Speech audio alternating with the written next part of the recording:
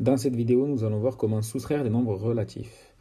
Alors, c'est une méthode qui se base sur l'addition de nombres relatifs, donc je vous invite à aller revoir la vidéo sur l'addition de nombres relatifs si vous n'êtes pas à l'aise avec cette méthode. Alors, la méthode, justement, c'est la suivante. Soustraire un nombre relatif, c'est ajouter son opposé. Donc, pour illustrer cette méthode, je vous propose 3 exemples. Le premier exemple, ça va être moins 6, moins 4. Donc il s'agit bien d'une soustraction, il faut bien faire attention ici. Le moins qu'il y a ici, c'est le moins d'une soustraction et non le moins d'un nombre négatif. Donc pour bien le repérer, je vais le repasser en rouge et je vais entourer par exemple le nombre que je soustrais.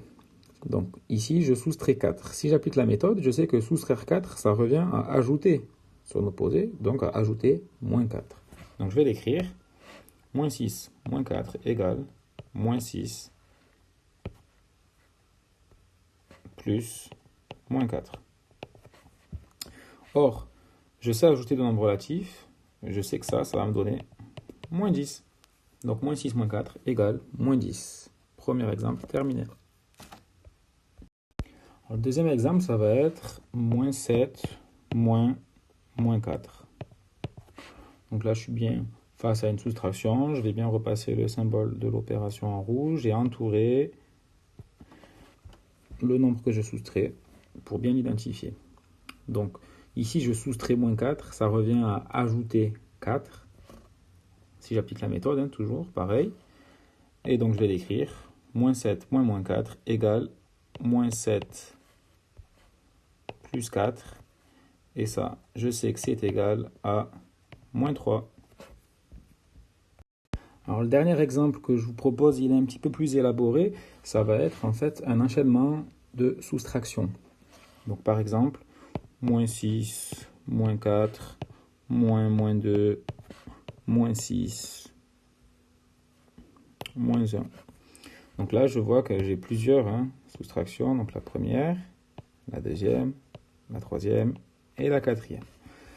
Donc, avant de calculer directement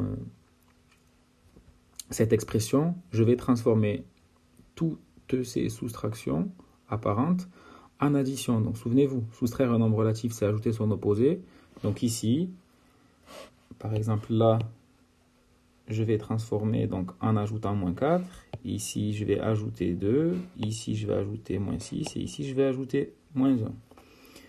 Donc je vais l'écrire. C'est égal à moins 6 plus moins 4 plus 2 plus l'opposé de 6, donc moins 6, plus l'opposé de 1, moins 1.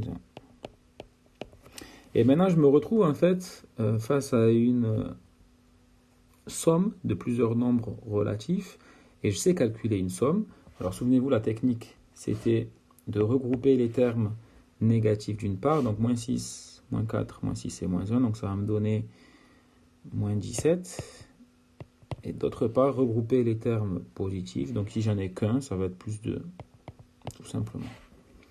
Et ça, moins 17 plus 2, je sais que ça va me faire moins 15. Donc je viens de calculer cette expression. Donc si je résume, quand j'ai plusieurs soustractions dans une expression, avant de calculer, je les transforme en addition grâce à la méthode. Et ensuite, je calcule l'expression.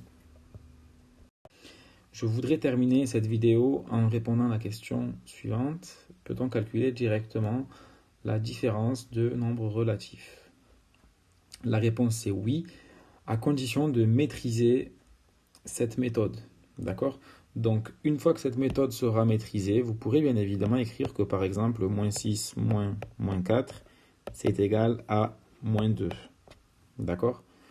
Mais vraiment, j'insiste, c'est uniquement lorsque vous serez vraiment à l'aise avec l'addition et la soustraction de nombres relatifs. Donc n'hésitez pas à faire plusieurs calculs, plusieurs exemples pour bien maîtriser ces méthodes. Et une fois que ça sera bon, vous pourrez écrire directement les résultats.